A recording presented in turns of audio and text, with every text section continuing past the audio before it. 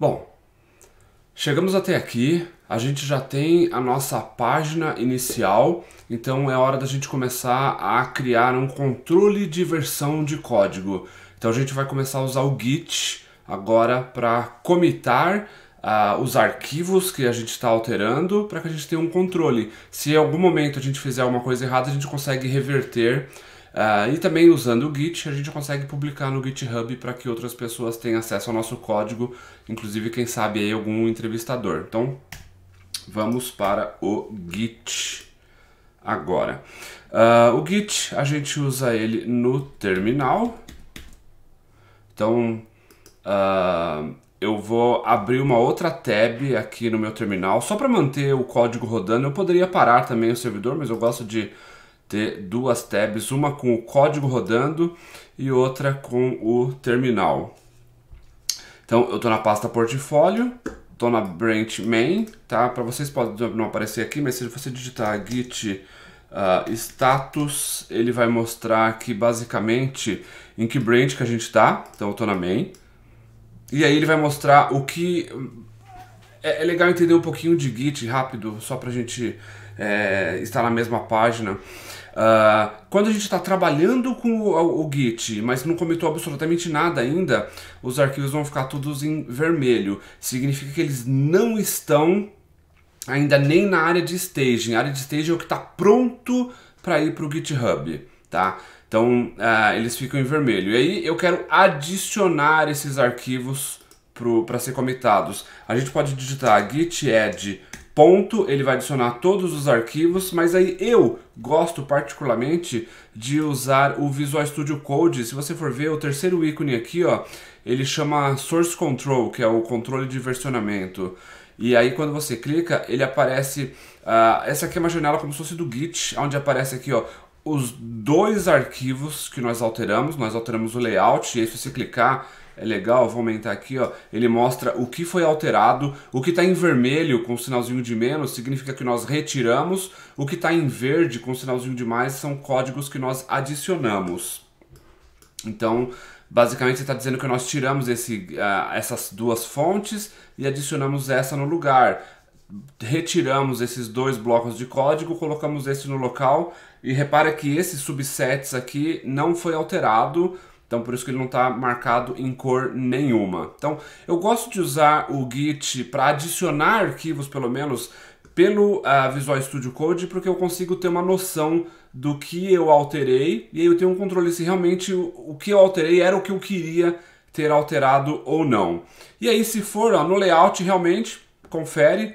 Tudo que eu alterei de propósito, nada foi sem querer, nada foi só para um teste que eu esqueci de apagar. Então eu vou clicar aqui no sinalzinho de mais.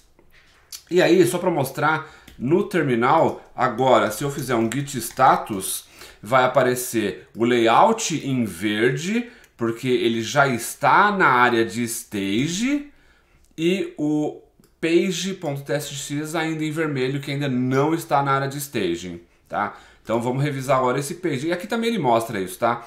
No próprio Visual Studio Code ele vai mostrar então que a parte de cima, ó, já está em stage, pronto para fazer a mudança, que é esse layout, e ainda em change sem estar no stage, o page. Então eu vou clicar aqui no page, e aí o page a gente mudou bastante coisa. Pode ver que todo esse blocão em vermelho aqui, ó, foi apagado, e o que está em verde do outro lado é o que foi adicionado.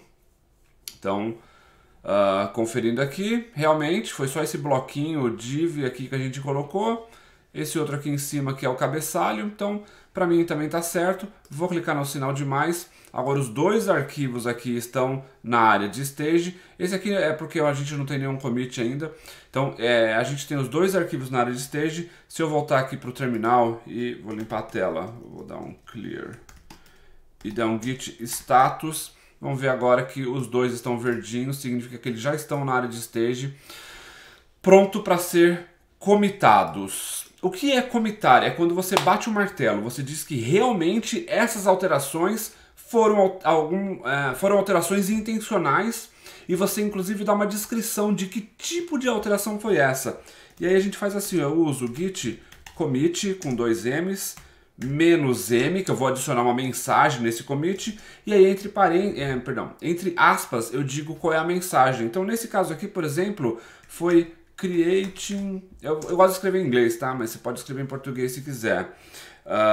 Initial page. Então, basicamente o que eu fiz aqui foi só criar a página inicial do nosso aplicativo.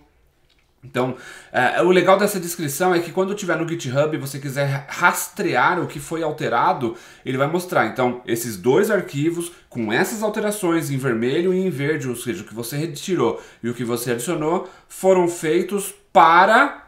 E aí aparece aqui a mensagem do commit, criar a página inicial. Então, eu vou apertar o Enter. E agora, se eu der um git status, não vai aparecer mais nada, porque tudo que eu tinha de alteração já está commitado, já está no Git, não no GitHub, tá? No GitHub a gente só vai mandar lá para frente quando precisar mesmo para publicar a página. Por enquanto ele está local no nosso computador. Inclusive no Mac é legal que eu posso fazer isso aqui, ó. Opa. Eu posso fazer um ls-la e ele mostra até os arquivos ocultos. E repara que eu tenho um arquivo oculto chamado .git. É um diretório oculto que, se eu listar o que tem lá dentro, ele vai ter exatamente o que a gente comitou, a mensagem comitadas, e ele tem todo o controle do que a gente está salvando nesse projeto. Então, vou dar um clear.